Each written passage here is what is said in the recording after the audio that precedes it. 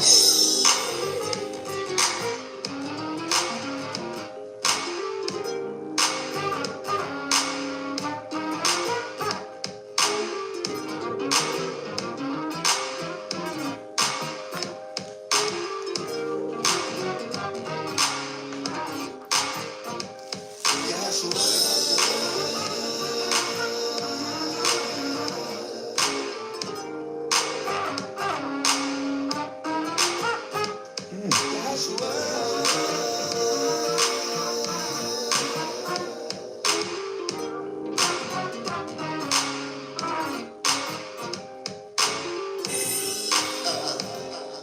to you by the Wicked and Remnant Koalition. For the 12 tribes scattered worldwide. Shalom. Woolly head, dark skin, son of the Most High Yah. Sing. Yahshua.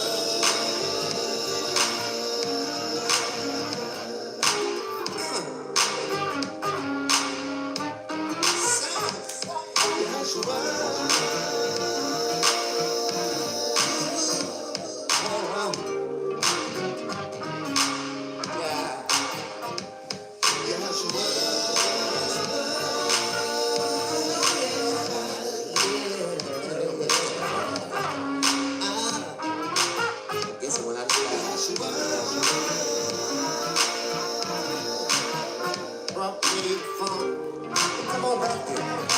Come on. I better get your money tonight. It's meaningless to struggle to fight. Loosen up your bones too tight. It's okay. It's alright. Here's a message from the 12 lost tribes. The phone can make a sad baby stop crying. And make fish without goose start frying. I know you like it once you hear them stop lying. I feel good the more your belly just try. It's okay, it's alright. Yeah, it's alright. Oh.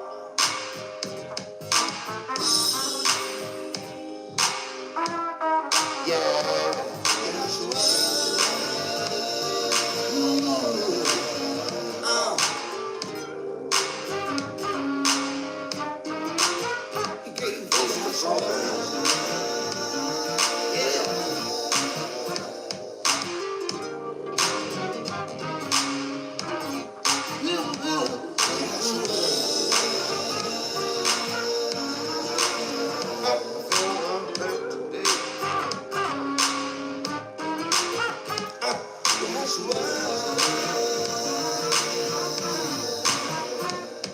Shout out to the Most High.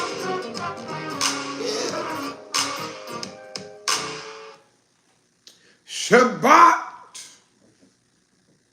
Shalom, Shabbat Shalom, Shabbat Shalom, Shabbat Shalom to all of you, my heavenly Father's children, the 12 tribes of Israel, scattered worldwide to the four corners of the earth. Shalom to the remnant of the house of Israel, scattered to the four corners of the earth, waking up to your true identity. Shalom. To all of you waking up to your true identity, bowing your knee to your King, Yahushua HaMashiach, returning to his laws, statutes, and commandments. Shalom. Those of you who are also returning to your covenant relationship. What covenant, more are you talking about? The covenant that your forefathers agreed to go into with Yah that we broke, that he reestablished for us by his blood, by his own blood. Shalom.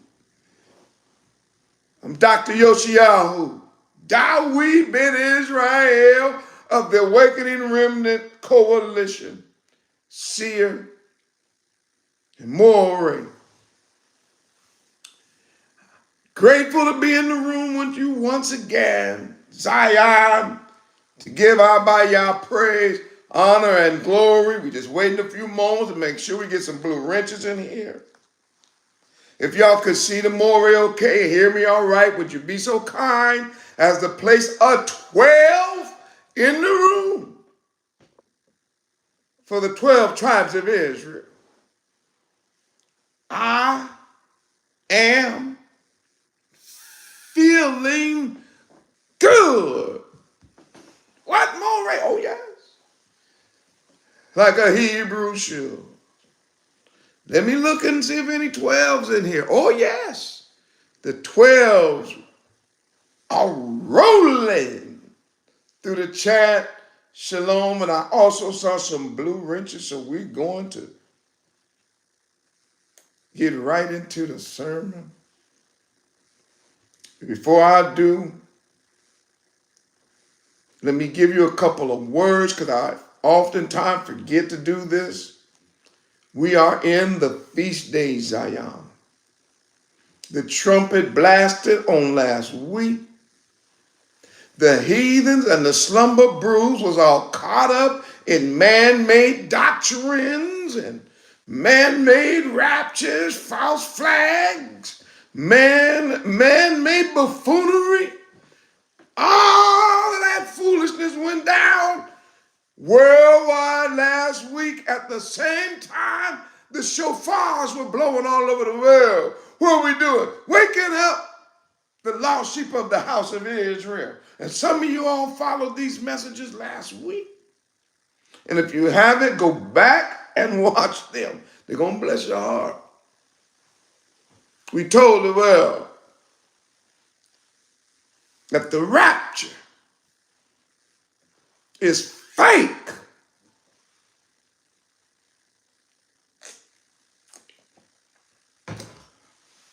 But them trumpets are real. If anybody saw that message, put a hallelujah 100. The Most High spoke through us. We told the whole world that rapture is fake. Let me see if anybody saw that video. We put in work. Let me see. Woo, the 100. That rapture's fake. But them trumpets are real. Yes. Told everybody. I see the 100, the hallelujah 100s rolling through. I see the blue wrenches are in the room. Shalom to you administrators, and to all of you, my Father, Heavenly Father's children. We're in these feast days. The blast of the trumpet went forth, waking us up, preparing our hearts for the next feast, which is actually the Day of Atonement. People have been asking me a long time. Every year they ask the same questions. We appreciate you asking the questions. How to keep the feast. We will have that information, or it's already on the website. You can also look at the Handcrafted project. For most of us, as the Day of Atonement, that is a time that we set apart for prayer and meditation. It's a deep dive into our own soul, asking Abaya to thoroughly cleanse us from our sins and to fix our hearts and mind and focus on Him. And the way we do that, or one of the things that we do to help keep our focus on Him, is that we take the focus off of us for one day. What do you mean, Morehyosh? We don't eat and we don't drink anything for 24 hours. We don't focus on ourselves for that one day. except for cleansing us from unrighteousness. That's the time. That's what we do during the Day of Atonement. We don't eat and we don't drink 24 hours. Now, for some of y'all, listen, first time, it's coming up this week. Some of y'all, for the first time, it might be a struggle. Don't worry about that. You do the best you can. And you ask Abba for strength. I promise you, if it's not a medical issue to where you cannot you just told your doctor or whoever won't let you do it at all. I get that. Wait a minute. I heard a preacher say this not too long ago, and I said he's right about that. If it's gonna kill you, don't do it. Why? Because we want to see you here next year. That's why. We want you to be able to keep the rest of the feast. This is only the 6th feast. We don't want you to die at the 6th feast and miss the 7th one. The 7th feast is Sukkot. That's the funnest feast of all. So no, don't. If it's going to kill you, don't do it. But if it's not going to kill you, 24 hours. And listen, we go 24 hours without food and water. How do you do that? More way. We prepare. Every year we prepare. Quick video on that right now. I'm just going to tell you. We prepare. How? We know the day is coming. So we start practicing days ahead. Cutting down on your meals. If you're eating 4 or 5 meals, cut that down to 3. For the next couple of days, you might want to cut it down to 2. And then try to do 1. And then the next time you get ready to fast, it'll be easy. You just skip that 1. We go from dinner to dinner. From evening to evening. That's what we do. Based on your climate, you might want to hydrate very well. Yeah, just make sure you have drink enough water, enough fluids, enough liquids. You'll be all right. And give Abba praise for them 24 hours. Always check with your doctor before you do any kind of fast. Always check with any kind of medical supervisor that you're under. Once again, before you do any kind of fast, do that. But watch.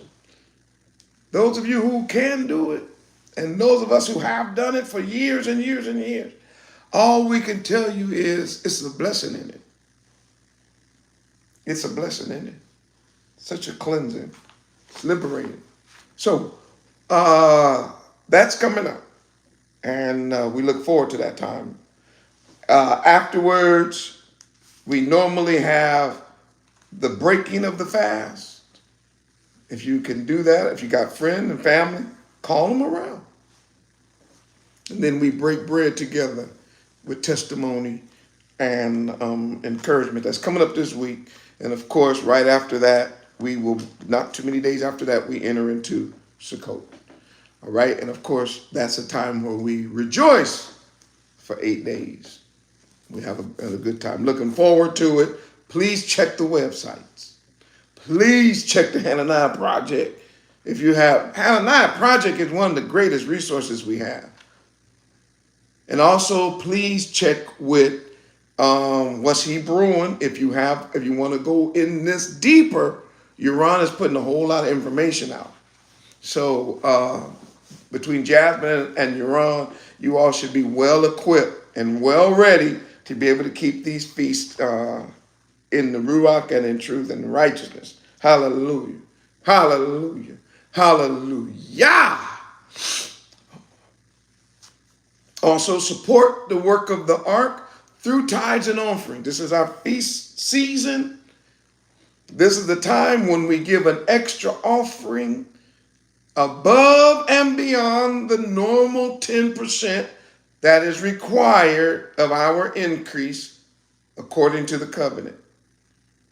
The scriptures, not the moral. The scriptures tell us about the tithe because it is a tenth. It is the first part. It is the best part. It is a constant reminder that all of everything that we receive it from him. That's what that's about. One moment. Yes, that's what that's about. We keep him first. And his righteousness and his kingdom is first. And then everything else will be added to us.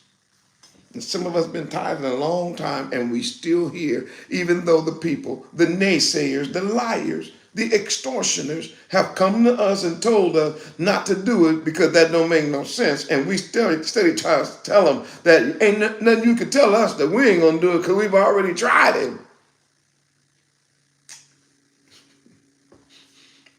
You've already found out that he answers prayer, that he supplies needs.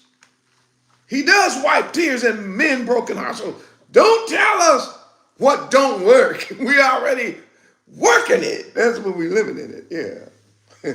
Shalom, shalom, shalom. Once again, Dr. Yoshiyahu, that we've been Israel, feeling good like a Hebrew should.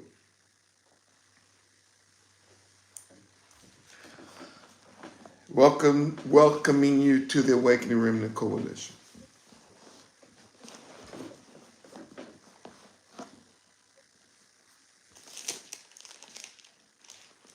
In the book of Isaiah,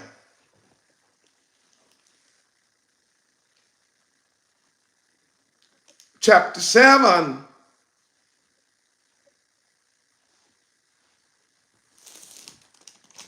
beginning once again at verse 14.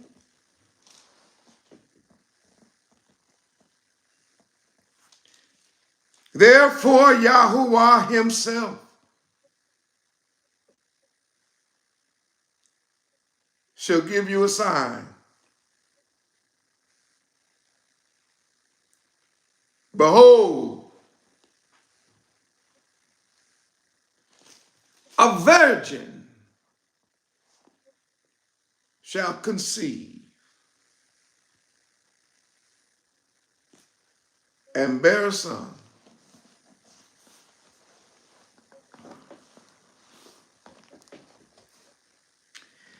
and shall call his name Emmanuel. Butter and honey shall he eat, that he may know to refuse the evil, the Bible, and choose the good. For before the child shall know to refuse the evil and choose the good,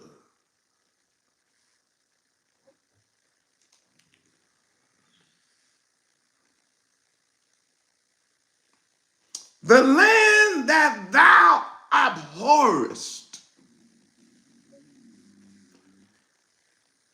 shall be, this Bible, forsaken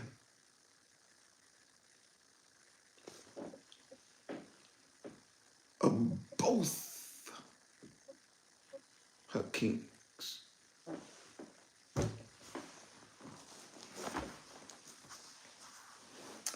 On this holy Shabbat,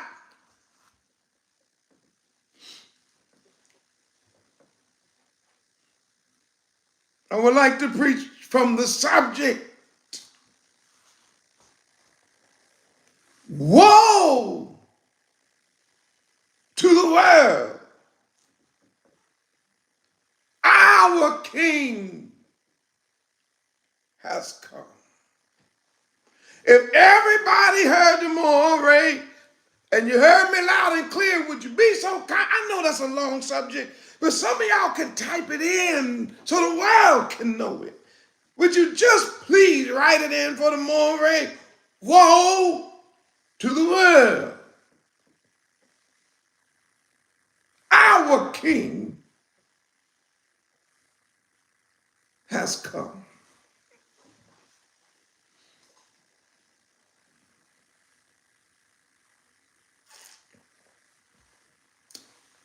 Around about this time every year,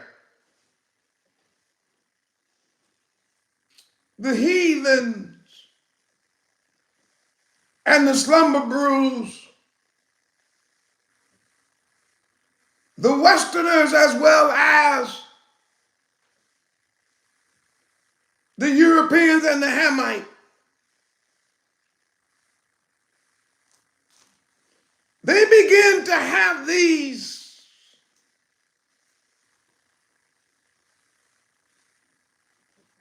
make-believe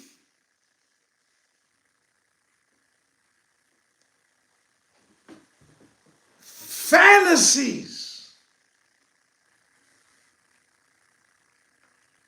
these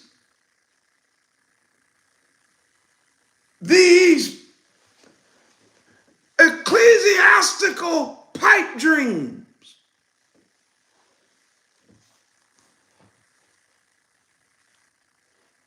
They start to have these pseudo visions of grandeur.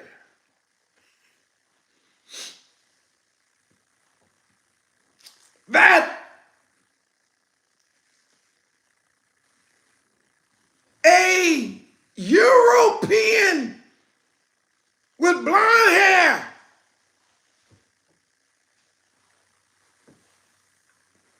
and blue eyes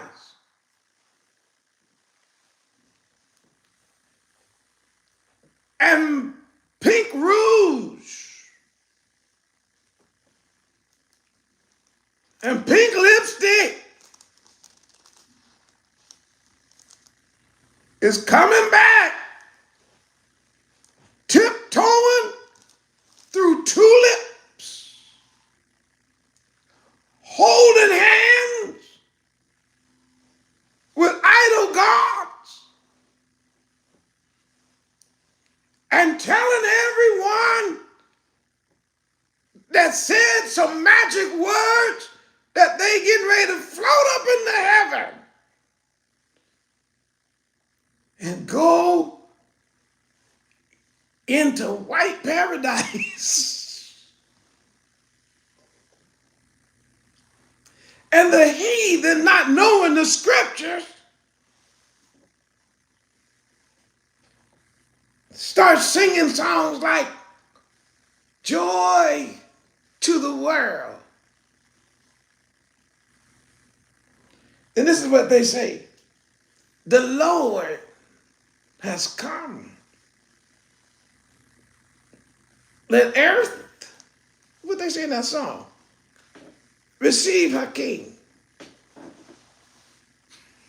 Oh boy. Woo! And I was reading that, right? And I said to myself,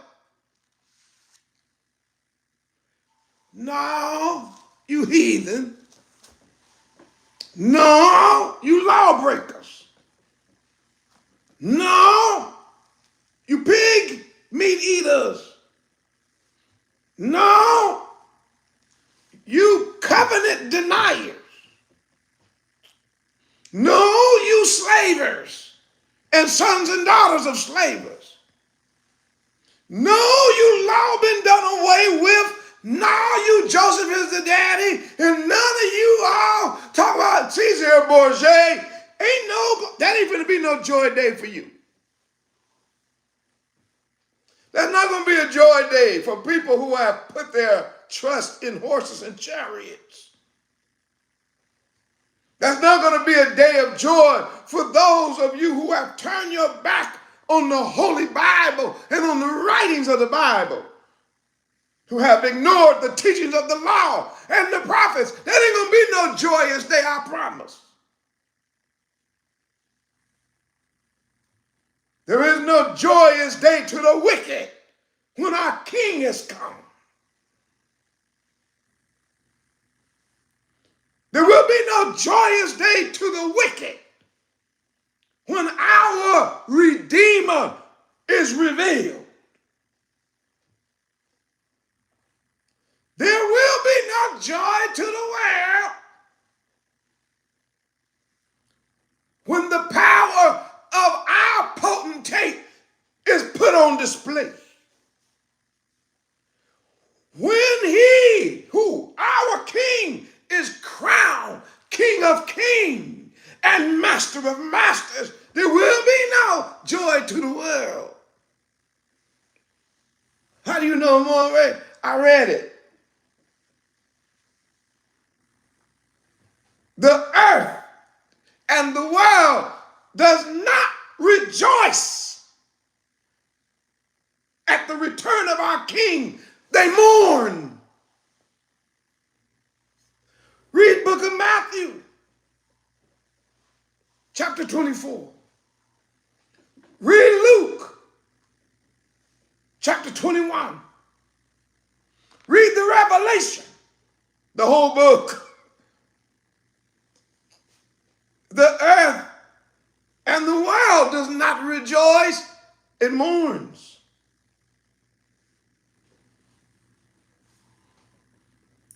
Why? You got to look upon him in whom you have pierced.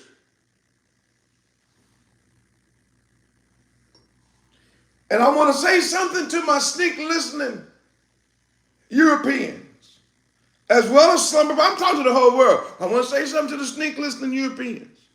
I don't care if you're a European in Africa calling yourself an African, you're still a European. I don't care if you're a European in Australia calling yourself an Australian, you're still a European. Or if you're a European in America calling yourself an American, you're still a European. I don't know where this whole thing came in at. Wherever y'all set your foot, that's what you become. That's funny, by the way. I ain't getting into that right now. But I want you to hear the Moray loud and clear, and don't take my passion for anger or hatred. That's a lie.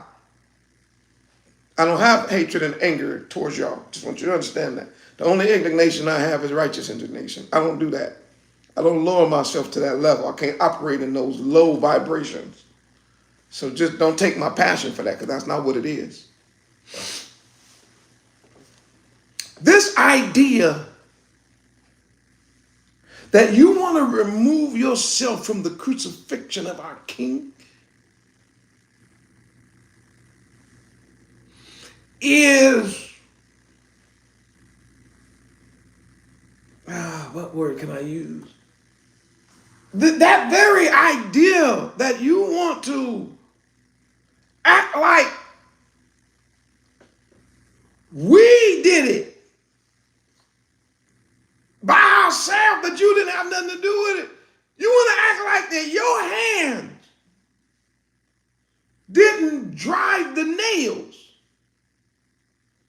that your hands didn't press down the crown of thorns, that your hand did not slap his face, that your hands did not whip his back, that your hands did not drive the nail through his hands and his feet, that your hands didn't lift him up. You trying to act like we did it and you didn't participate, you gonna be in trouble. We're going to prove it in the scripts today if y'all can stay in the room.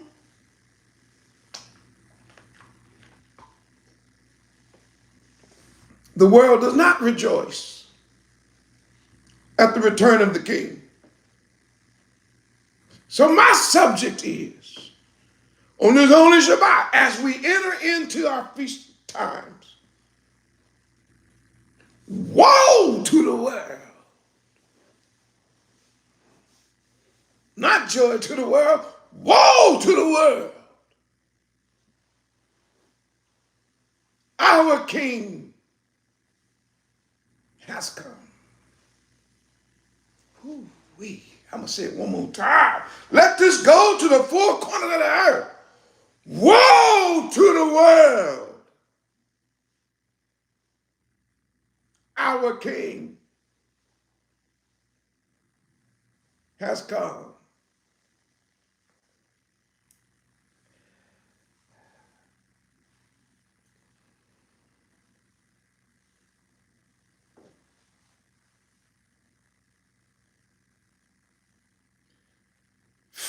from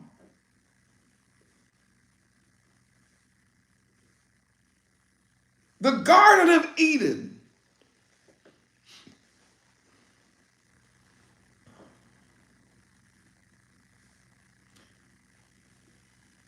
to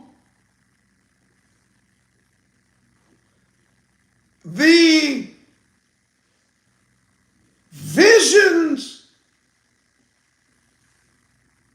given by John to us from the Isle of Patmos,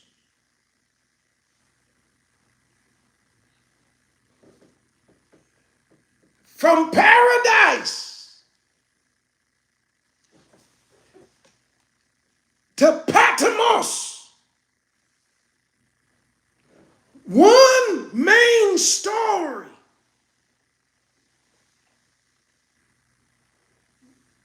weaves through history.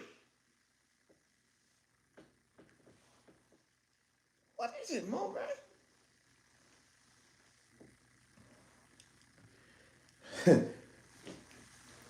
That a woman's seed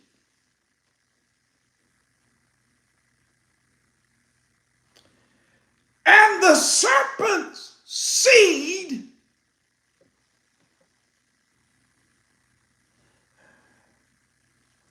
are locked in battle. They are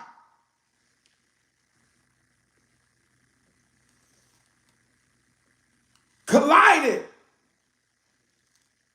in conflict.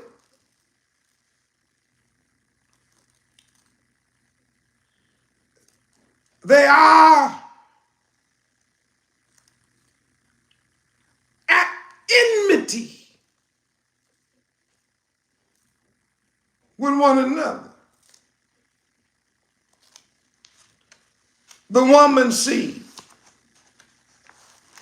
and the serpent's seed are locked in battle.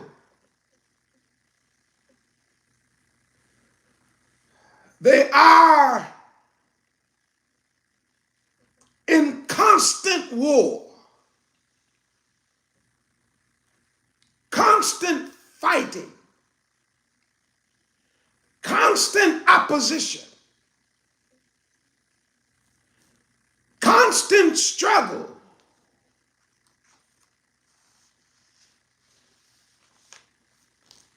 The Bible says, because of what Satan, the serpent, had done, Yah would put enmity between Satan's seed and the woman's seed. Yah would put enmity between the seed of the woman and the seed of the serpent. For the Bible says that they would be locked in a cosmic conflict that would continue until our King comes. That's all I'm saying. Yeah, they would be fighting. They would be at enemy, with enmity with one another. How long, Moray? I just told you. Until Somebody in the room shouting already. I said, until our king comes.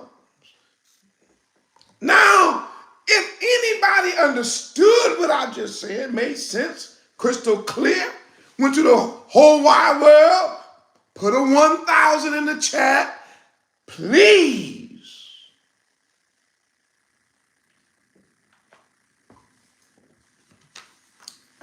Because this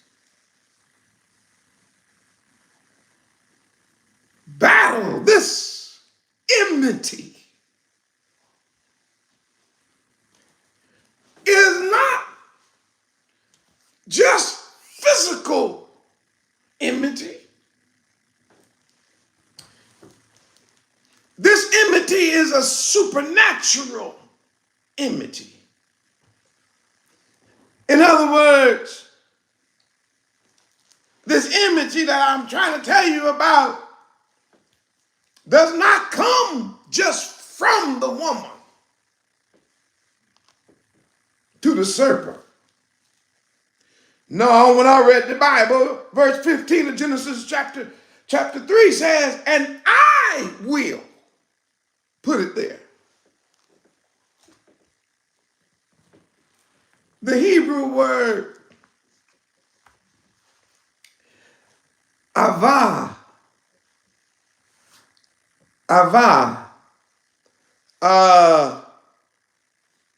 Aleph, Yod, Bet, Hey.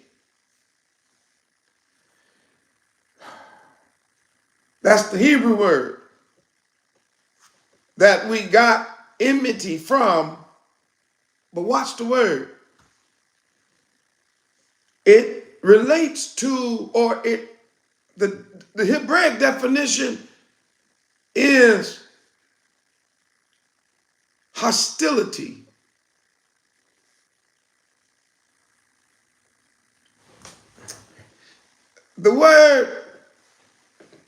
The Hebraic word means hatred. The Hebraic word, evah, means deep-seated.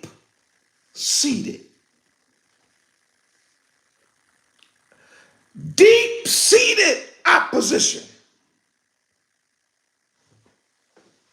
Between whom? All right, I just told you. Between her seed and the serpent's seed. There will be hatred, hostility, enmity, and a deep-seated opposition. It means to be hostile. It means to be an enemy. Wait, hold on for a minute, Moon Ray. Hold on for a minute. What do you mean an enemy? You heard the Moon Ray. Which means, listen to me, her seed cannot ever, never, ever, never, never, ever,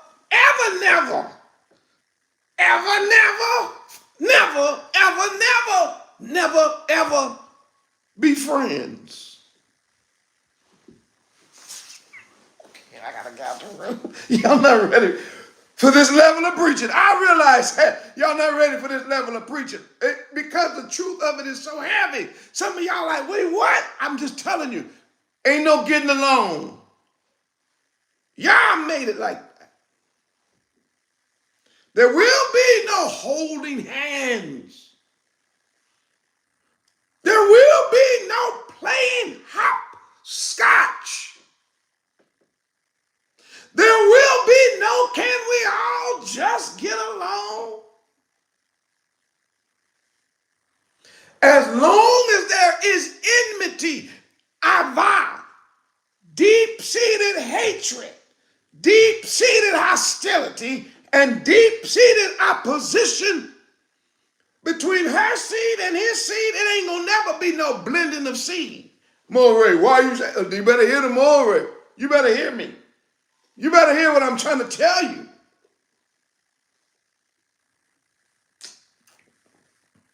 The religious leaders and rulers of the day have lied to you. They don't know the Bible. I know I sound like a broken record sometimes, but I gotta say it in every video because they don't. They do not know what this is about. They only know what somebody told them this is about. Nobody is reading this. I just had an opportunity yesterday to talk to a so-called scholar. And I talked to this person who is educated and a scholar. And when we got on the subject of the Bible, I realized he was dumb as a rock. I couldn't believe it because I had always held this particular person in high esteem. But when you talk to somebody, and again, I hadn't talked to him in a while, so he didn't know me. He didn't know I was doctor. Say it again, Maury. He didn't know I was Dr. Yahrahn Ben Israel. He didn't know I was a biblical scholar. He didn't know I read this thing 1,000 times. He don't know I'm not only studying it from English, I'm studying from Hebrew.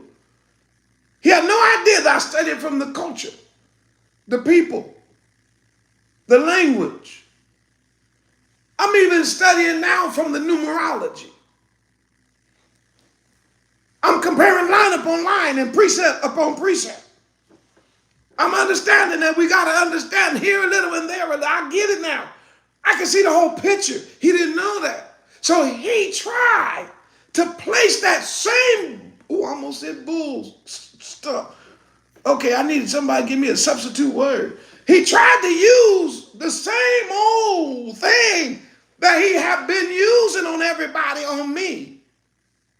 And as soon as he started talking about the book, I said, damn, he don't know the book at all. He had never read it. And I read the Bible. No, you have not. Because what you said would have never came out your mouth if you'd have read it. You never read it. You read passages like everybody else. And I said, the whole world is lying. Your cousin lying, your uncle is lying, your pastor lying. Everybody is lying to you. They don't know this book. More, but who knows it? I can't speak for everybody. Now, I done hung out with some people that I know done saw it and get it. I got some teachers and preachers right now that I support on a regular basis. Why? They get it. There's some ministries that we support here at the ARK. Why? They get it. But I'm going to tell y'all something. The rest of the world don't. They just are regurgitating what someone else told them. This Bible says, Yah. He said, I will put enmity between you. Who? That's the devil. That's Satan. That's the serpent. Preach more, right? That's the dragon. This is the beast. I will put hatred, hostility, enmity, a deep-seated opposition. I'm going to put a vow between you and the woman. Watch. The woman, I want everybody to hear this worldwide. Based on the Bible, is supposed to hate the beast. The woman, based on the Bible, is supposed to hate the serpent. She's supposed to hate the dragon. She's supposed to have a deep-seated opposition to the dragon. The woman was never, ever supposed to actually operate with the dragon, with the beast. What is she doing? the beast, calling the beast on the phone, kicking it with the beast, having tea and crumpets with the beast, agreeing with the beast, walking with the beast, talking with the beast. She ain't supposed to, her best friend ain't supposed to be the snake. Her confidence is not supposed to come from snake talk. Her convictions about life were not supposed to come out of the mouth of a fork-tongued consultant. Her actions and attitudes are not to be reptilian. Snakes in the grass. She's not supposed to see wickedness and like it. She's not supposed to hear things that disagree with Yah and be drawn to it. She's supposed to have an enmity between her and the devil. Whenever she hears anything that goes against the Torah, it's supposed to be a natural reflection. Get that out of here. Why? Because this is what happened to my grandmama Eve when she was just a young woman. The snake beguiled my grandma. And then she took what the snake said and convinced Adam to follow the snake, the beast. And part of the punishment that we got was we got kicked out of paradise. Adam had to till the ground by the sweat of his brow. I ended up in pain and childbirth. Sin and shame came into the world because of Adam. And my own sons, one of them killed the other one. No, anytime there's snake talk, I'm supposed to be running from that, not running to it. There's supposed to be enmity.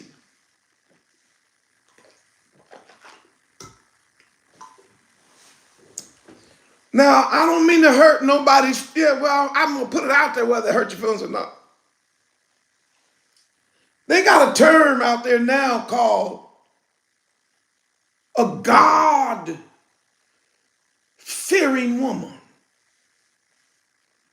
Well, you know, I want a God-fearing woman. My grandma was a God-fearing woman. Upon closer observation, she don't fear Yah. She don't fear Yah. How could she? In leading you astray. How could she in talking against the Torah? Talking about what she ain't gonna do and what she don't like and what she ain't fun to follow. And I know it said that, but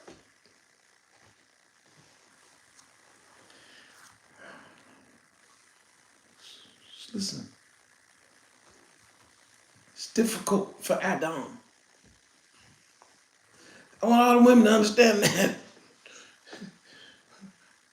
You putting Adam in a very, very peculiar and precarious, and it's hard for Adam.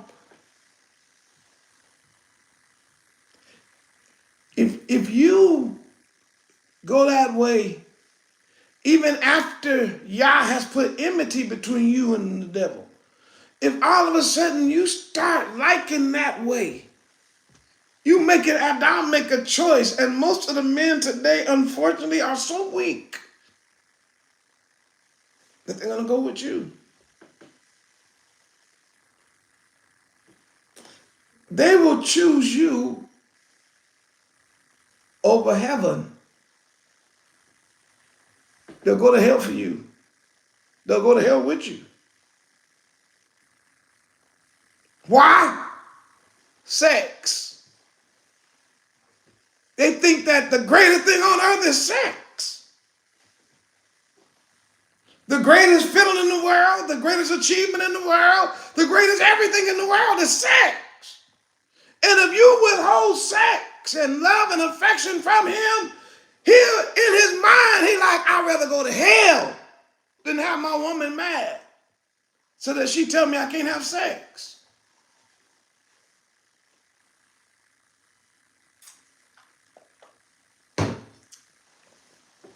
But there's supposed to be an enmity between you and the devil. Why? So that you can focus on Yah. If you focus on Yah, and watch this, and then you helping him, then he gonna be positive towards Yah too. Why? Sex. I gotta get out the room. Yeah, no, really. In other words, what he's saying is, my woman love it when I serve Yah, when I keep his commandments, when I act, when I move as I'm supposed to move, as a leader, as a man, as a father, as a provider, as an instructor, as a teacher, as the priest of my household. When I actually move in the way that Yah has created me to move in obedience to him, I have a woman who keeps saying, yes, obey him, baby. I'm with you. Woo, that gets me, honey. When I see you serving him, that make me want to serve you. See, there you all go. Y'all ain't ready for that kind of talk? It's the truth, and you know it. And there's supposed to be an enmity between her seed and the Satan seed. In other words, the offspring are supposed to be in a fight against the devil, not in a cahoots, not in a coalition, not in a relationship. They are not supposed to walk hand in hand with the devil. You got to teach your children from you got to teach. That's why the Bible says she shall be saved and shall rear. You got to teach the babies from birth. Oh yeah, we have an enemy, an arch enemy. As soon as that baby understand anything, that baby, that devil ain't no joke. We don't play with the devil here. We rebuke the devil here. We call it out. Every time we see anything satanic, we get rid of it. Why? And then you tell them the story. My grandmama in the garden was in paradise. And the devil convinced her that she needed something that she already had. That she needed to be like somebody that she was already like. And that she would know something that she already knew. And you tell that story over and over again and say, baby, you don't want to ruin your paradise, do you? You don't want to. So then you see this picture that there's supposed to be a lifelong hostility, deep-rooted opposition. There's supposed to be a war against the devil, not with the devil. Against the beast, not with the beast. Against society, not with society. Watch this. Watch, I told you my subject. My subject is woe to the world. Our King has come. This enmity is supposed to be so deep between the woman and the devil that it is evident. The way you can see it, talking about the spiritual reality, the way you're supposed to see it in the physical world is how a woman naturally responds to an actual snake in the physical. Now, I know there's some people that don't have no problem with snakes. I'm not talking about that right now. I'm just saying the natural one of us don't like snakes, especially if they sneak up on you. I guarantee you, if you get ready to go to bed tonight and you done turned off all the lights, you walk in your bedroom and you about to get in the bed, you pull them covers back and a rattlesnake pop up at you in that cover, you ain't gonna be like, I'm just gonna scoot over. No, you're gonna be like, ow! What? Natural. That natural thing that happens when you see that snake, that first reaction is the right one. Get out the way. and go call somebody to take care of that piece of business. Get rid of that thing. What are you doing? It can't be in your car. If you get ready to go take out the trash and you move the trash can and there's a snake right there, you're going to leave that trash right there. Oh, shoot. That reaction is supposed to be the physical reality. I'm sorry, the physical reaction to a spiritual reality.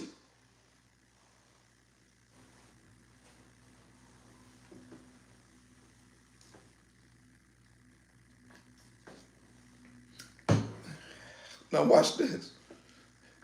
And to her true seed, it is.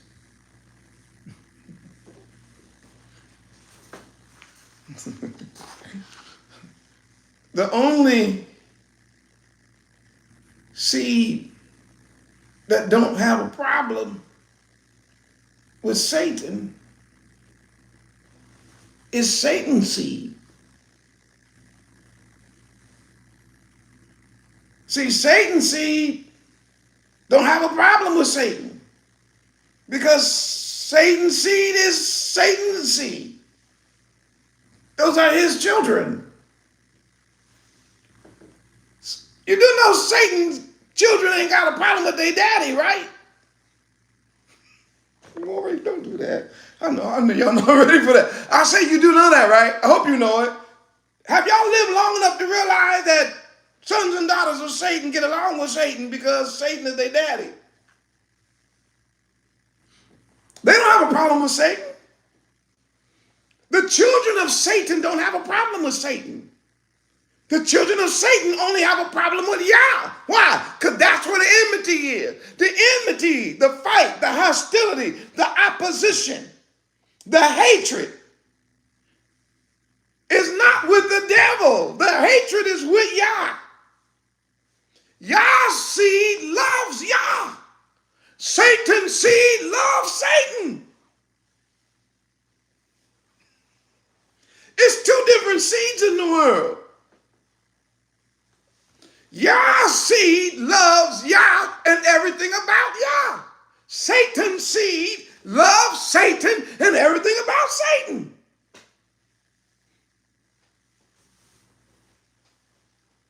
Yah's seed loves Yah. That's why when Yah say remember the Shabbat to keep it holy, Yah's seed says, oh, for sure. I love the Shabbat. It's a wonderful time. It's a beautiful time. I'm going to keep the Shabbat holy. Why? Because Yah's my father and I love him. Satan come along, Satan said, reject the Shabbat and pick Sunday. And you go, okay, I'm going to go with Satan. Why? Because you love Satan. Then when I say keep the Shabbat, you say, nah, why? I love Satan's Sunday. I'd rather do that. Interesting. But you're a God-fearing woman, a God-fearing man. Boy, that ain't Satan's seed. You should not have any other Elohims before me. That's our first commandment. And then you say, well, I don't really believe that. Why? Because you're Satan's seed. That's cool. Just keep it with Satan. Don't try to act like you love Yah, but bringing other gods in his face. That's weird. Don't act like you're in love with a man. And always bring, I'm talking about those women, talking about you in love with a man. How can you say you in love with a man, always bringing another man into your man's face? Does that make sense to you? Do you really think your man want you always bringing another man in his face? Most men I know what we got. Well, oh my. Today we ain't gonna define that whole man thing. But back when men used to be men, I don't know what they are today. But back when we used to be men, no man's like that.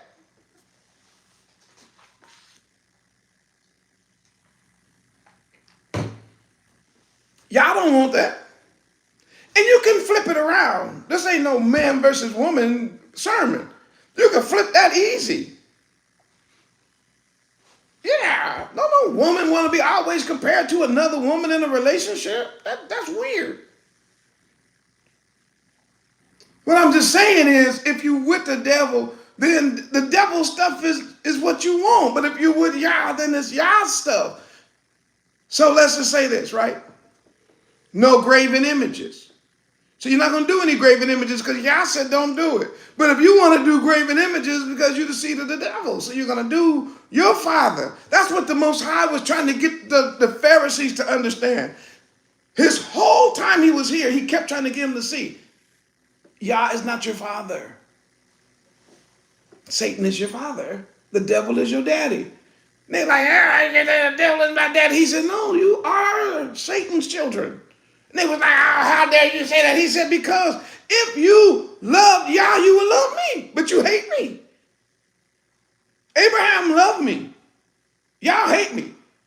You come about Abraham as your daddy, but you hate me. No, Satan is your father. And you do what he wants done. You work for him.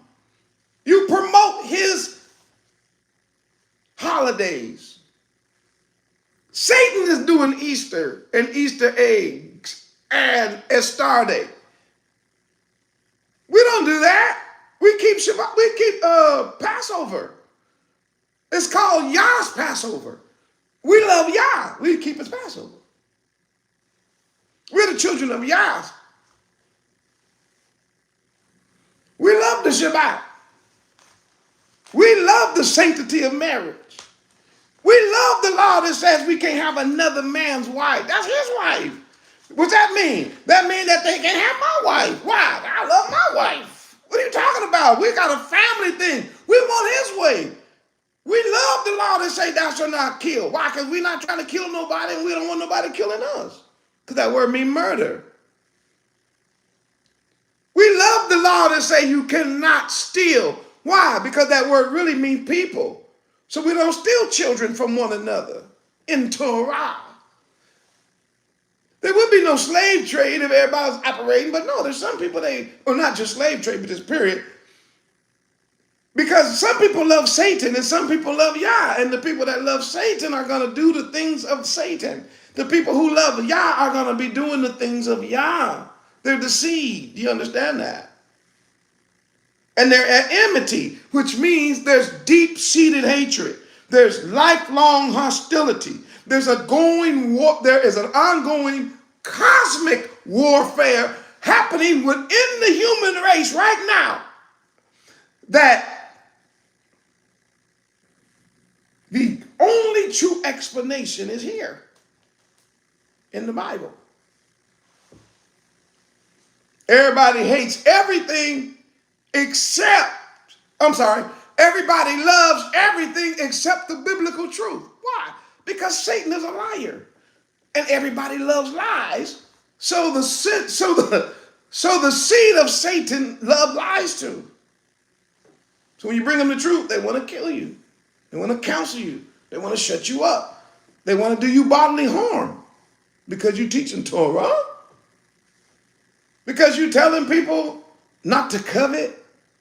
Because you're telling people to not bear false witness, to stop lying. Those are the things Yah loves. Yah loves people who are giving tithes. Why? Because he said bring the tithe. Satan said don't bring the tithe. People say I love Satan. Why? Because he want me to keep my money. Okay, then that's you. You'll see the Satan. The problem is don't trip on it. Just recognize it. Oh, yeah, I guess I do love Satan. Because I like satanic movies. I like satanic books. I like satanic rituals. I like the satanic government. I like satanic food. My main dishes are all from Satan's table. Matter of fact, my favorite food is satanic pig. And shrimp and lobster, which is all satanic food. That food come out, that's for the devil. You do know that, right? Them devil's kids eat that. Yah's children have a diet.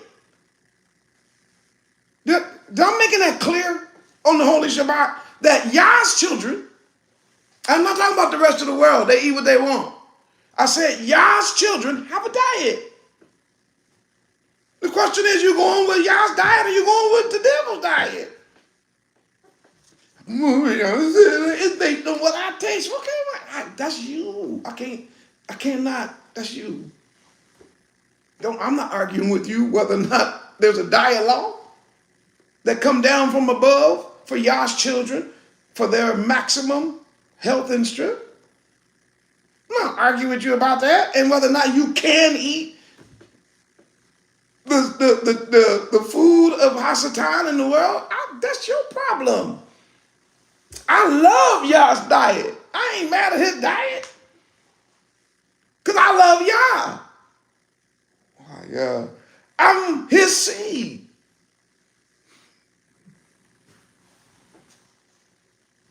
If y'all still rolling with the Moreh, I'm gonna get out the room. If y'all still love the Moreh and rolling with the Moreh, put a 500,000. Let me just get on to the conclusion because I think you all starting to see it.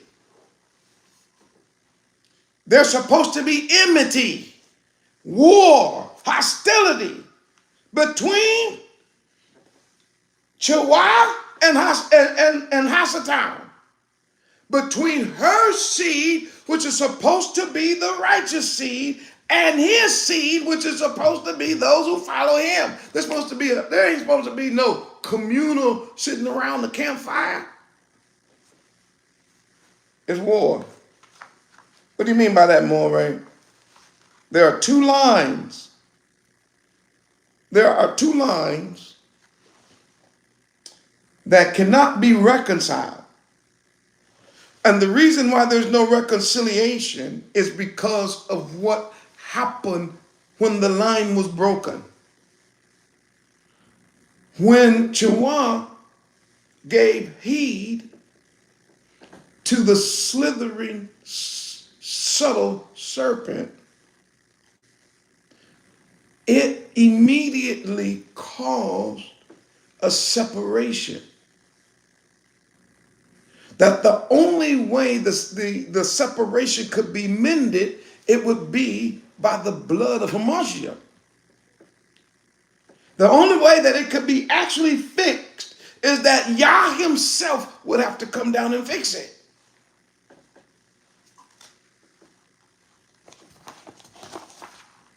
The only way. So therefore the world, which is primarily the seeds of Satan, will always oppress the seed of the woman, which is going to later on be recognized as the house of Israel. As a matter of fact, I'm looking at the clock. I think I have time to do that today. I'm going to try to get there. I'm going to try to show you something. That the house of Israel is going to become or be recognized as the seed of the woman. And there will be a promised seed, singular. And then there will be seeds, plural. And the woman will remain at enmity with this beast. Her seed, the beast will want to destroy it or him at his birth. And when he's unsuccessful at destroying her seed, prophesied, which is Hamashiach, when he's unsuccessful at destroying her seed, singular, then he goes after her and then after her children. Why? That enmity. I was telling, I think it was me and Yahrahn, it could have been Javon, number one, but we were going out to talk about this. And I said, this idea of praying for Satan is ridiculous. Y'all praying for Satan, that he have a change of heart. You're praying for the beast and asking the beast to stop being the beast. You're praying for the dragon and asking Abba to bless the dragon to not be the dragon. You wasting your prayers.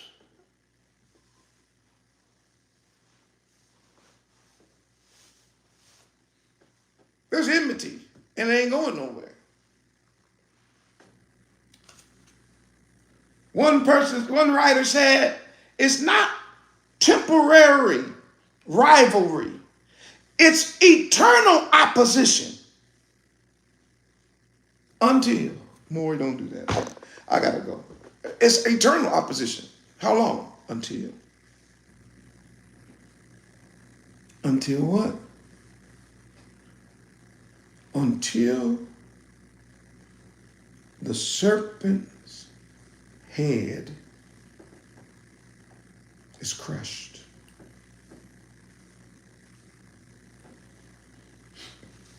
Until the beast and the dragon have been destroyed.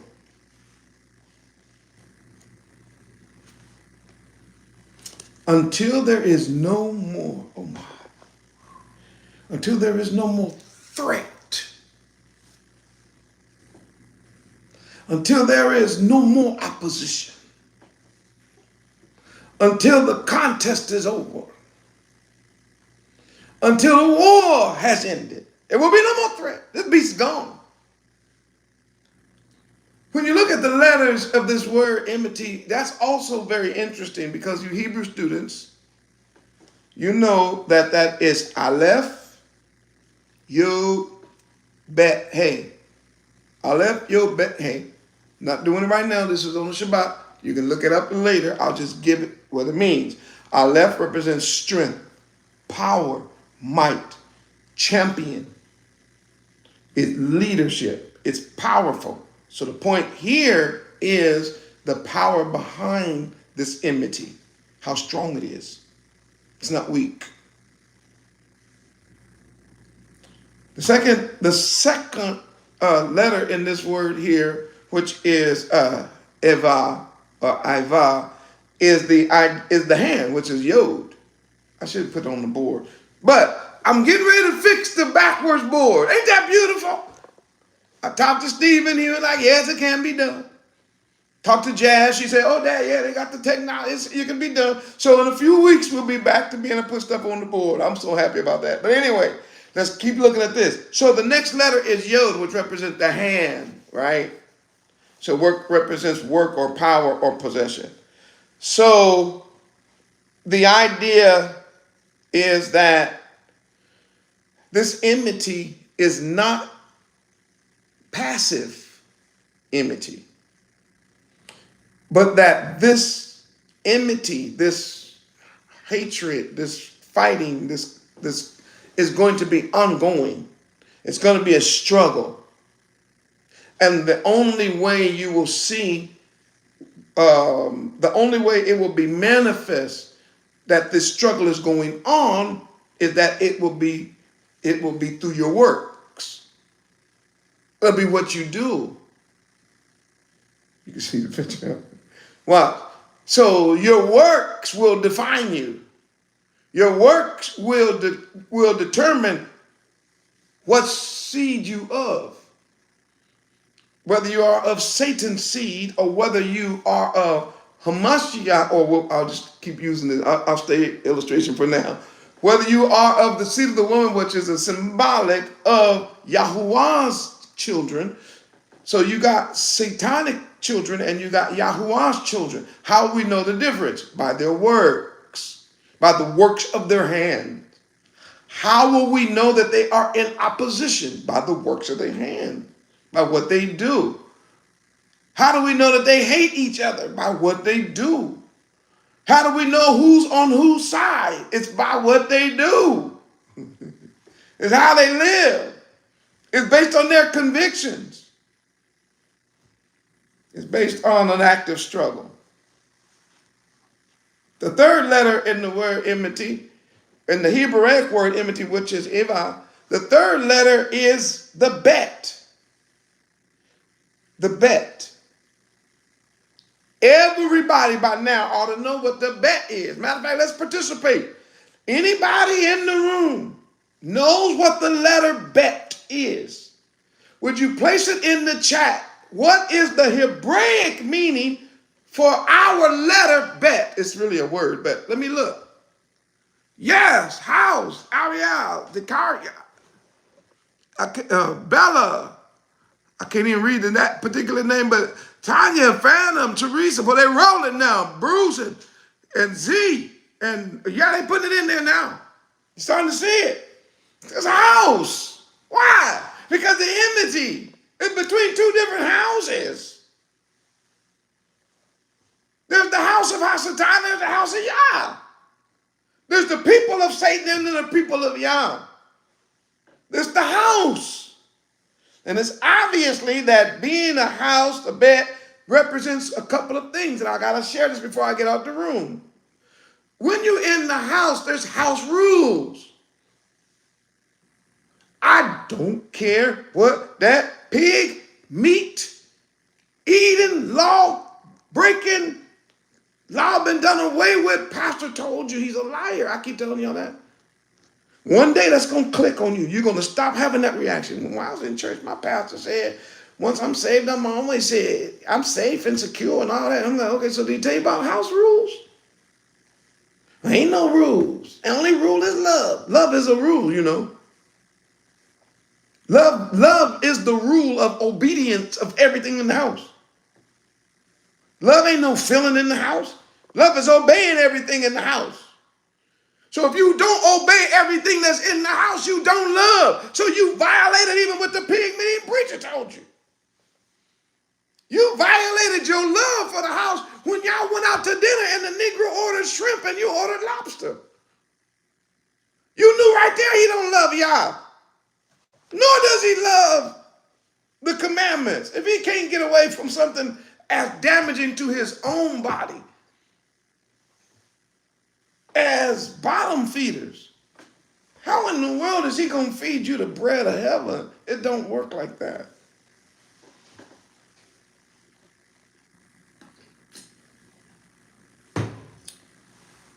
Swine is an abomination to me because it's an abomination to him.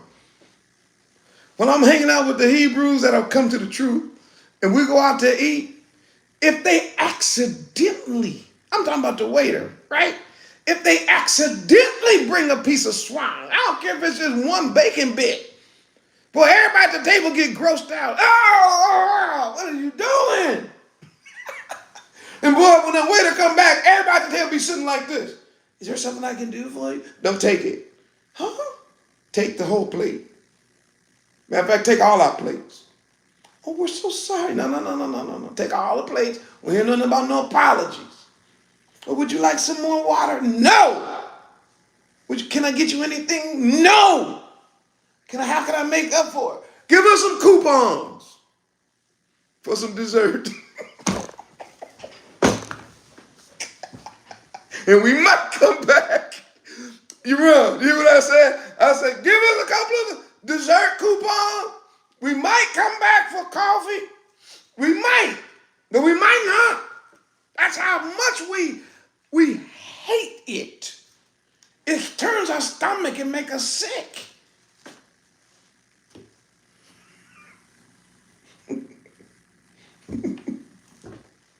I gotta get out the room, but look, you Israelites. When you wake up to this truth and you understand there's two houses. There's the household of the hopeful, the household of the promised seed. And then there's the household of Hasatan. And the two houses don't dwell together because they're at enmity with one another. They're at war with each other. The enmity runs between these family lines. The enmity is not something that one generation has and then the next generation don't have to worry about it. That's not the way it works. This particular enmity that Yah put in here is never going away. It's going to always be around. And the idea of Satan's seed and the woman's seed is the woman's seed is supposed to be the seed that's in the house of Yah. and therefore keeping the laws and the statutes and the commandments. Whereas the house of Hasatan is over there. And these two houses never meet, never get together. They never sit down for a truce. What's going to happen is that a king got to come. He's going to crush that other house. But until the king comes, there's going to be a war. That's the promise. And last but not least, the last letter, the picture graph is the hay, which means to behold or to reveal. A window, it also means breath. The idea is to observe. What is that, Moray? That part of the promise is, as I said earlier in the sermon, part of the promise is, or the admonition or the law that was laid down here, is that you're supposed to recognize the enemy. You're supposed to look and see it. Because, believe me, even if you don't know your enemy knows you. Even if you doing this whole thing as, I'm just not going to look. It don't matter whether you look or not. Satan looking. Satan's children are watching you. Satan's government got your name. Satan's military. Satan's police force.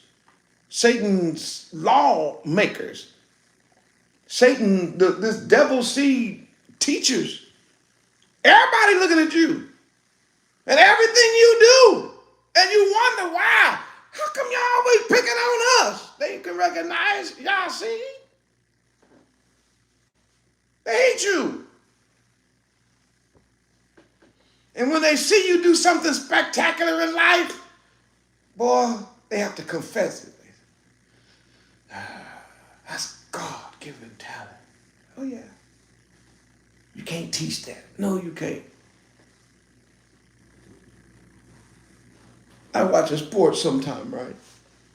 These white people hate Negroes so bad. I'm talking about hatred. Y'all can't hear it because you can't see it. You think they love each other out there. No, they don't. You ought to watch what's going on with the NFL right now. It's the most incredible thing happening in everybody's face. They still mad at Shador because he's the best. Because in their mind, it's like, he cheated. How did he cheat? It's God-given. But the other quarterback out there, sorry as sorry could be. You know what they say about them? Students of the game. They study films. They're really studious. I said, boy, you heathen. But the idea that somebody just naturally can do it, don't even have to sweat. They can't handle it. Why? See, instead of rejoicing when others rejoice and celebrating when others celebrate, and being happy for people who get, see, Satan's seed can't do that. They got a problem with everything that we do. They hate our music. They hate our movements. They hate our ability. They hate our sermon. The only sermons that this beast likes are sermons that come from him. Satan only likes satanic sermons. You know that, right? That's why he don't like my sermons. You think the beast is going to push my stuff viral? You are kidding yourself if you think that the beast is going to push my message that Yah has given me to the house of Israel viral. No, these messages are going viral amongst the house. This is house sermons. These are messages for the house of Israel, for the seed of Yah. It go viral among us. But we always looking out the window now. We can see the works of the devil.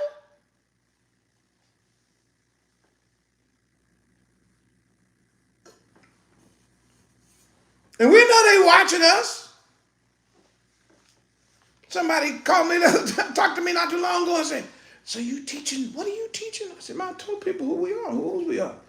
And you ain't never got that knock on your door? I said, what knock? You know, the men in black cars, in black suits, with the black suitcase. They ain't ever knocked on your door? I said, no, I haven't knocked on my door. Why would you even say that? He was trying to say the opposition is on their way. Just a matter of time. And I'm like, if you think that I don't already know that, then you're the one with the problem. I'm on your side. He already told us that in this world we were going to suffer persecution, but be of good cheer, for I've overcome the world. He told us already to rejoice and be exceedingly glad, for great is your reward in the Shamayim. For so persecuted were the prophets which was before you. He told us to hold on to see what the end is going to be. What are you saying to me?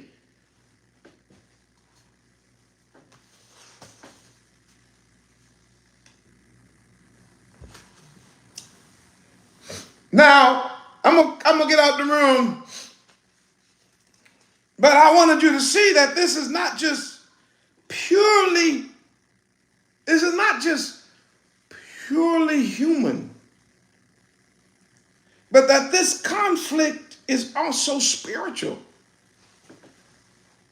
It's not just a human conflict, it's also a spiritual conflict. It goes deep. To who? It goes deep to those sold out to Satan, Hasatan the devil, and those, watch, sold out to Yah and his Messiah, Yahushua HaMashiach. It's deep. How deep is it, Maury? I'm glad you asked. You're going to let me get to my next verse. Go back to Matthew. Go back to Matthew. Go back to Matthew chapter, for now, go back to Matthew chapter 1 for now. Just go to Matthew chapter 1. I got something for you to see.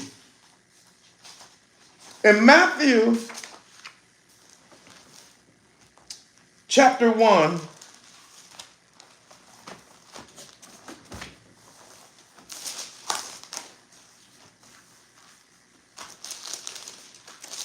when we saw how Matthew opens up with the genealogies, and we get all the way down to the birth of Hamashiach, it says, and she shall bring forth a son. That's the fulfillment of Genesis chapter 3, verse 15. Genesis chapter 3, verse 15 was also brought to light again in Isaiah chapter 7. Now, I got way more to talk about. I'll be back talking about this same thing pretty much next week. But for now, because I got to finish this message, you all got to see the parallels. It's just too amazing. But for now, let's just look at this, is that it says, and he shall bring forth a son, she shall bring forth a son, and you will call his name Yahushua, not white Jesus. That's a name, and I know that I've done a message on this already. There is no Jesus in the world, in the Bible. Never. There was no J, and there was no Jesus for sure. That is a perversion, and it's an abomination. I know you guys can't handle that kind of teaching right now, but the more you study the Bible, the more you will understand that you can't change his name. You can't twist his name. You can't pervert his name, because his name has a meaning. His name is fulfillment of prophecy. Yah with us. It's Yah's salvation is here. And when you understand that he's coming to save a people, not the world. He's coming to save a people. Who, Moray? What people? His people. It's in his name. It's right here. For he shall say his people. Why? Because his people are the ones needing saving. Well, saved from what? They're missing Torah. They're breaking of the Torah. They're breaking of the covenant. They're offending the law and the prophets. Sin is the transgression of the law. Sin ain't the transgression of your preacher, your church. Every time you do anything that transgresses the Torah, it's sin, including not keeping the Shabbat, including celebrating the wicked gods of the heathens' celebrations, and trying to blend that with the Torah. All that stuff is violation of Torah. It's all sin. But Yah said, I'm going to save through Yahushua. I'm going to save my people, his people. We are his people. From their sins, and that definition is from the breaking of the Torah or the transgression of Torah. And then he made it absolutely clear in verse 22. All this was done that it might be fulfilled, which was spoken of Yahuwah by the prophet, saying, Behold, a virgin shall be with child, and shall bring forth a son, and they shall call his name Emmanuel, which is being interpreted Elohim or Yah with us. It's Elohim with us, or power. All power is with us. Then Joseph, being raised from sleep, did as the angel of Yahuwah had bidden him, and took unto him his wife, and he knew her not. He did not have sex with her until she had brought forth her firstborn son, and called his name Yahushua. So wait a minute. Hold on, Morgan. So that's how he got here? Prophesied. So, was the world happy? Want to read it? Do we have time? Can we read it?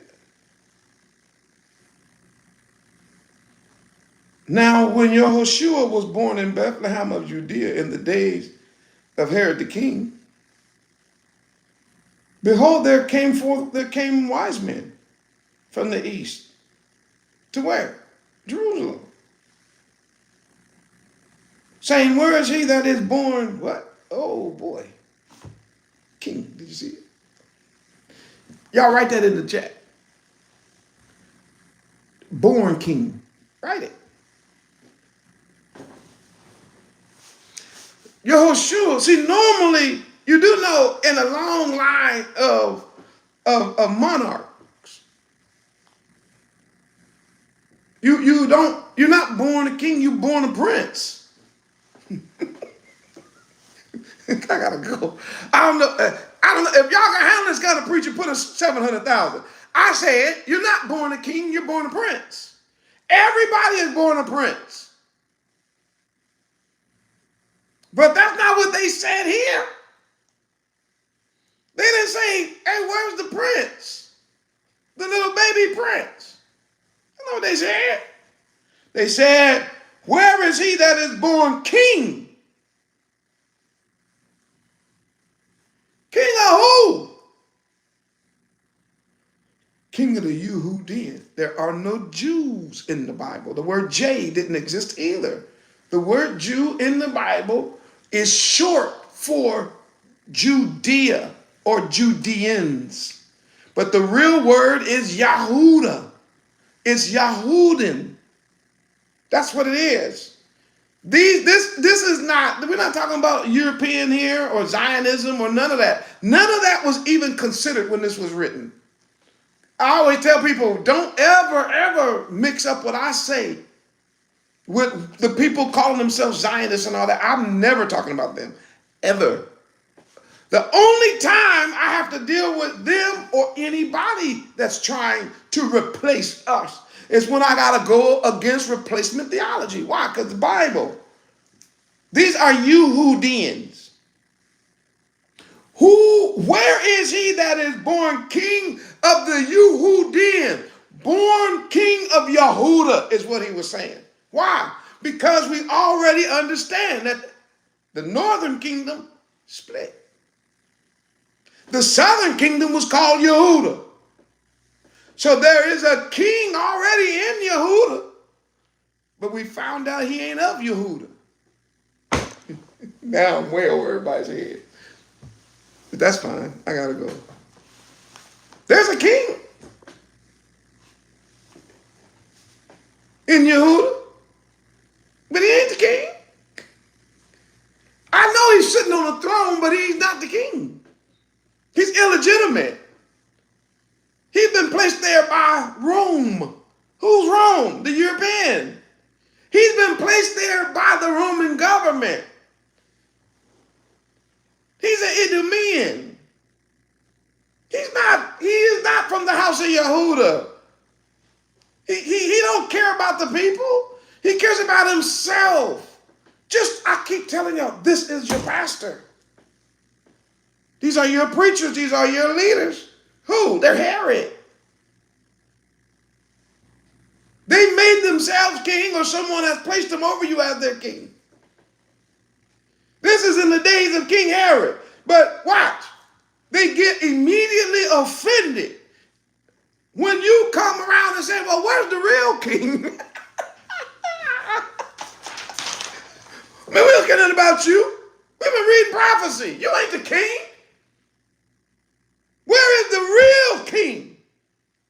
Where is the king that you have usurped his authority? We don't care nothing about you. We came here to see the one born king. Yeah, we coming to see the one that at his birth was the king, the rightful king to the throne of Yehuda, not you. Boy, when Herod, wait a minute, where's he that born king of Yehuda? Why? Because we have seen his star in the east and have come to worship him. We ain't kidding about you, Herod. We come to bow down to him. We come to raise our hands in praise to him. We come to commit our lives to him. We come to give our all to him. Why, we've come to pledge our allegiance to him. Why, we've come to walk in his path. We have come to be led by his rod and his staff. We have come to sit at his table. We have come to make ourselves available to be used, not by you, Herod, by him.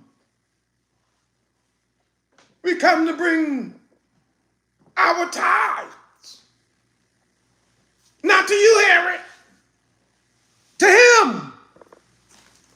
We come to bring our offerings. We got with us some gold. we got with us some frankincense. We got with us some myrrh. We coming together. We bringing our offering. We ain't just showing up. This is the king. Boy, when they said we came to worship him, then Herod the king, when he had heard these things, he was troubled. Uh-oh. Yeah, I know I'm illegitimate. Oh, yeah, we know you're illegitimate too. And he was troubled. Now you see my sermon. Woe to the world. He wasn't happy. He was not excited. He was shook into his heart. And so was everybody else that was following him. And so was everybody else that had acquiesced, had already given up and given in to the Roman Empire. When they heard about the king, the Bible says, and everybody was disturbed. It's going to happen again. I promise. woe to the world, our king has come. And when Herod had heard these things, he was troubled, and all of Jerusalem with him. And when he had gathered the chief priests, sell out,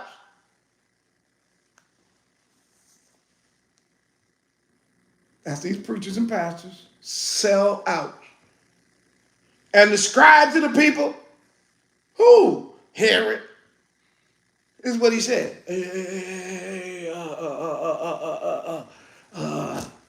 Y'all be reading that Bible, right? Yeah, we read the Bible. He said, okay. I demand you to tell me where Hamashiach should be born. Oh, Herod, so you know Hamashiach? Yeah, I know him. I don't know that Bible, but I do know he's my enemy. And I'm demanding, tell me where he's going to be born. Y'all should read the Bible. It'll fit when you read it. They've been having a Hamashiach problem ever since these people came in power. Don't you forget that. They have an unwritten rule that anyone that shows up, even with the slightest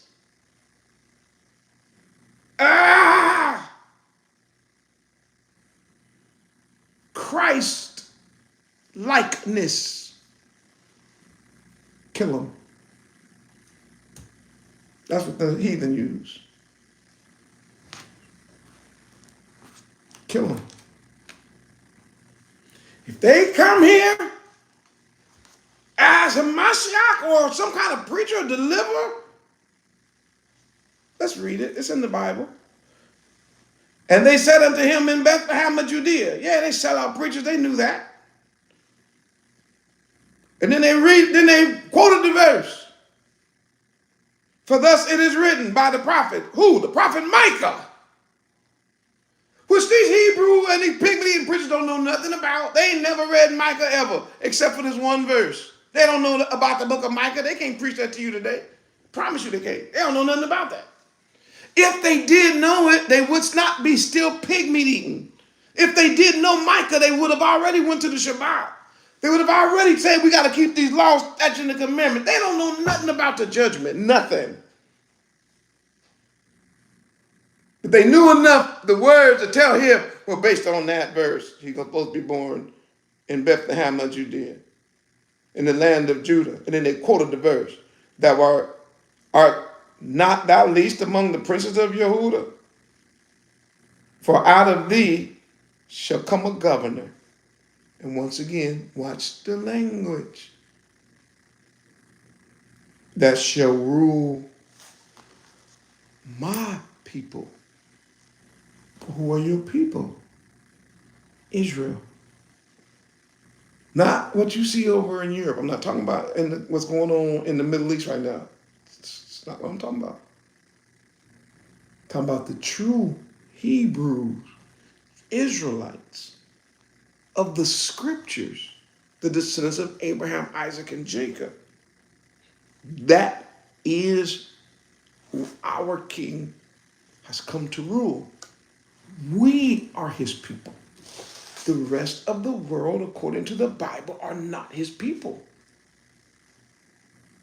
He fights for his people. He saves his people. He rescues his people. He defends his people. And then the last thing we see in the Bible is that he gathers his people. Not no European rapture. You heathens is going to pay for that. He gathers his people together to him. And then he draws into a battle by the proverbial ring in the nose or the hook in the jaw and drags them down to the valley of decision where he stomps the enemy like grapes until the blood stains his garments and rides to the horse's bridle.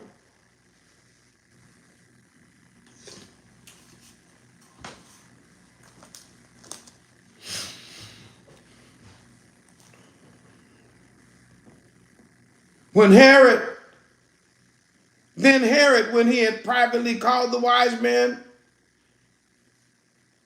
now he's doing it in secret. Why? He's the devil. He's the devil's seed. These wise men are too. They work for him. I asked him one time, I'm not these wise men, I'm sorry. The Pharisees and scribes, they also work with him. So what he did was he called the wise men and said, so what time did the star appear? Why? Like you gonna go worship him too? They're liars. These are the seed of the serpent. The same way that serpent tried to get Eve Chihuahua in the garden. Same way now he's trying to get these wise men, trying to trick them. Satan gonna always try to trick you, and so is Satan's children.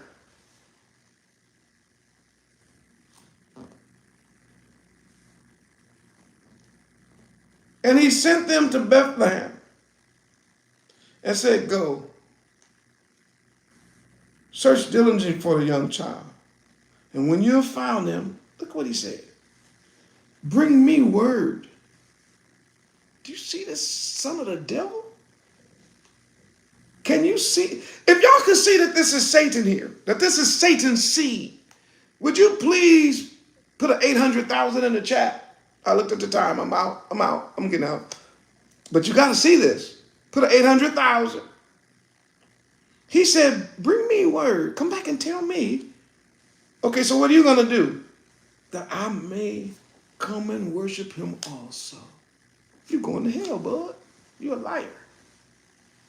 You're full of shite. S-H-Y-T. Don't think the more. I don't want the little short leggers thinking I'm saying something on the Shabbat. I said shite. You full of shite.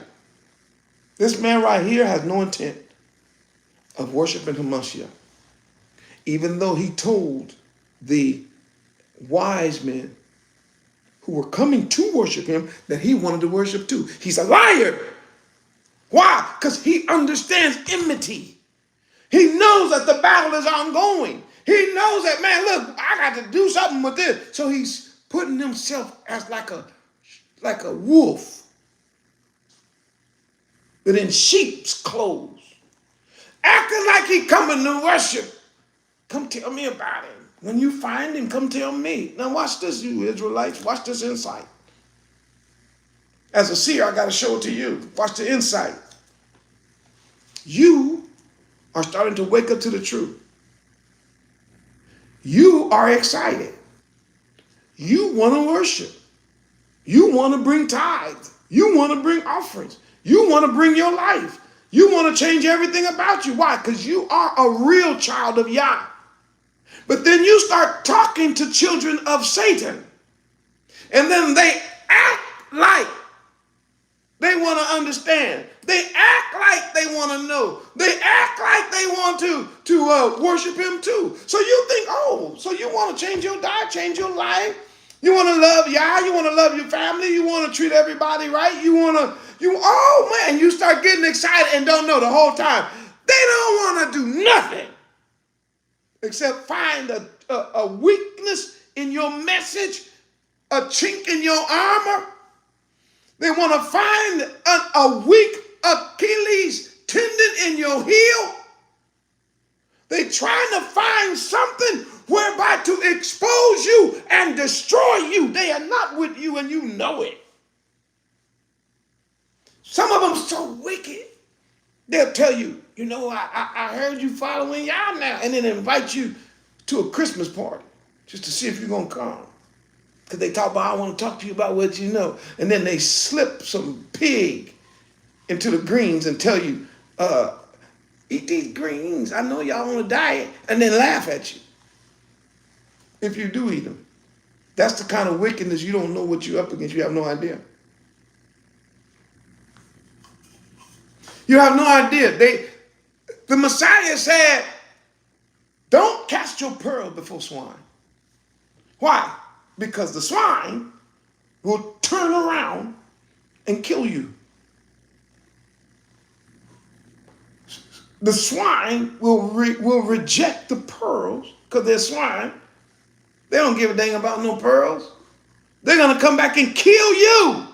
Because a swine is so stupid and ignorant that a swine don't see value in pearls. The swine thought you was finna give him some more swine food.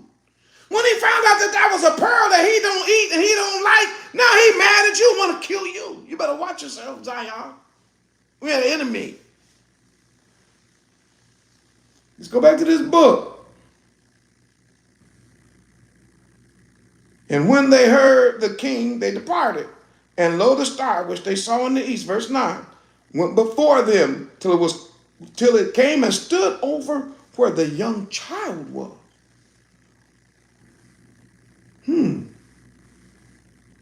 So the child was born.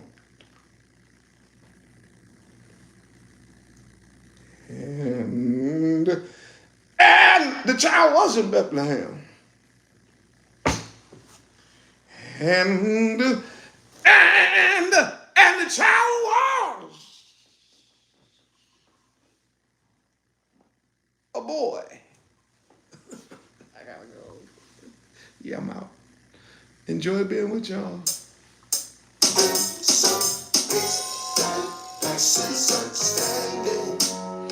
And when they were come to the house, and they saw the young child with Miriam his mother, and fell down and worshipped him.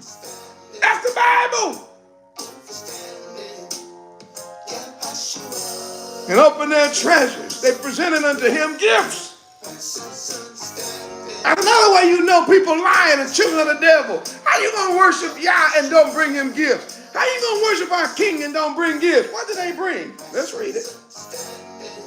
Gold, frankincense, and myrrh. And being warned of Yah. Yah had to talk to us. Hey. Say, yes? In a dream. What's the dream?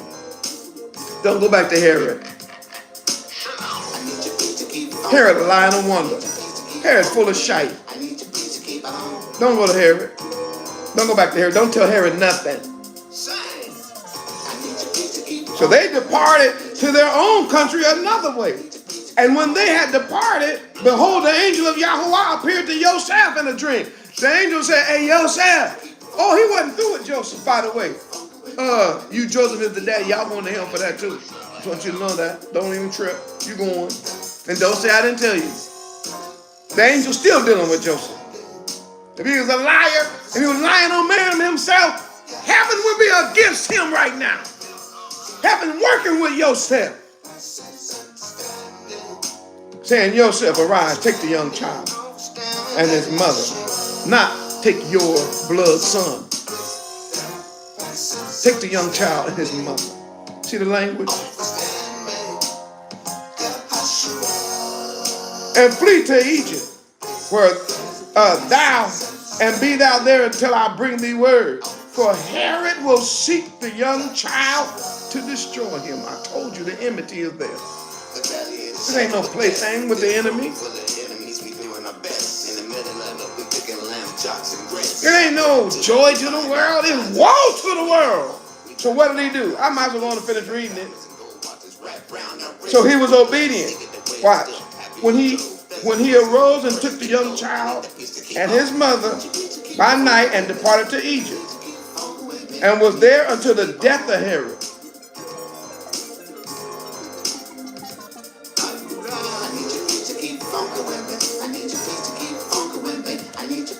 That it might be fulfilled which was spoken of Yah by the prophet, saying, out of Egypt I have called my son.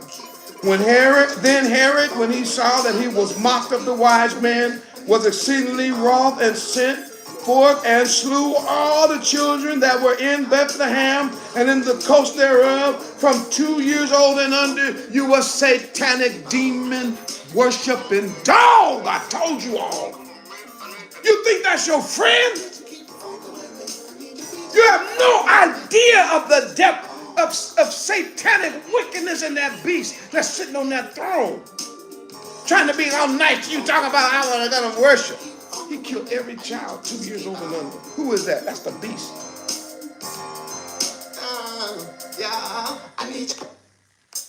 Did you see it? Satanic spawn of the devil.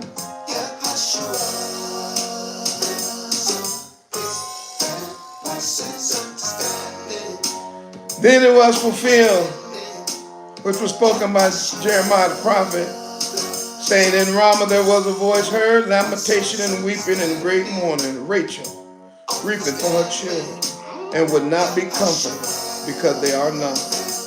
But when Herod was dead, there it is, he died. Y'all killed him. I ain't got time to finish this. I'll pick it up here next week.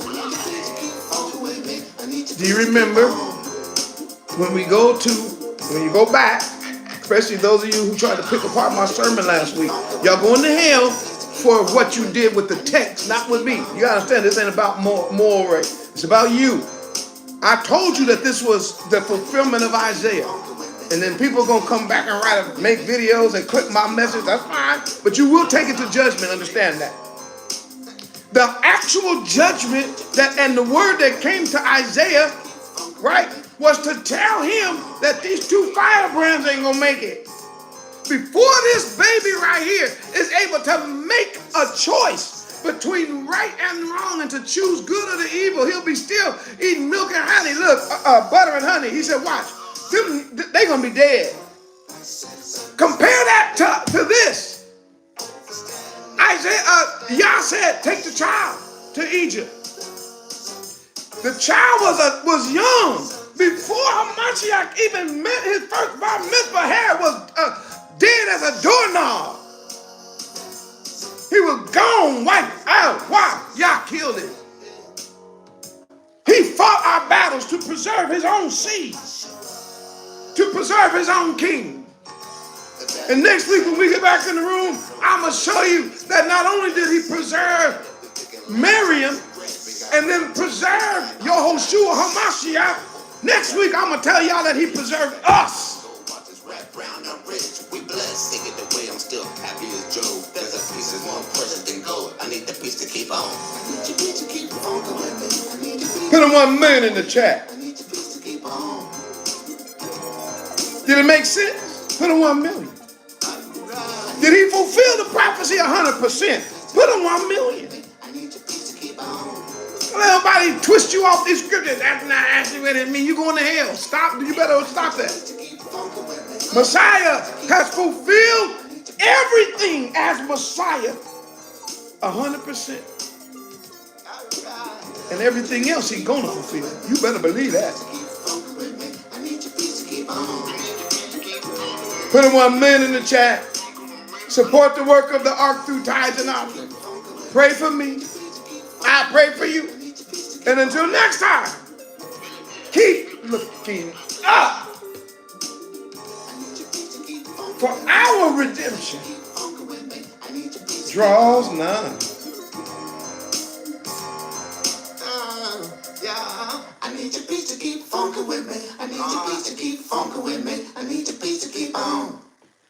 Woe to the world. Our King has come.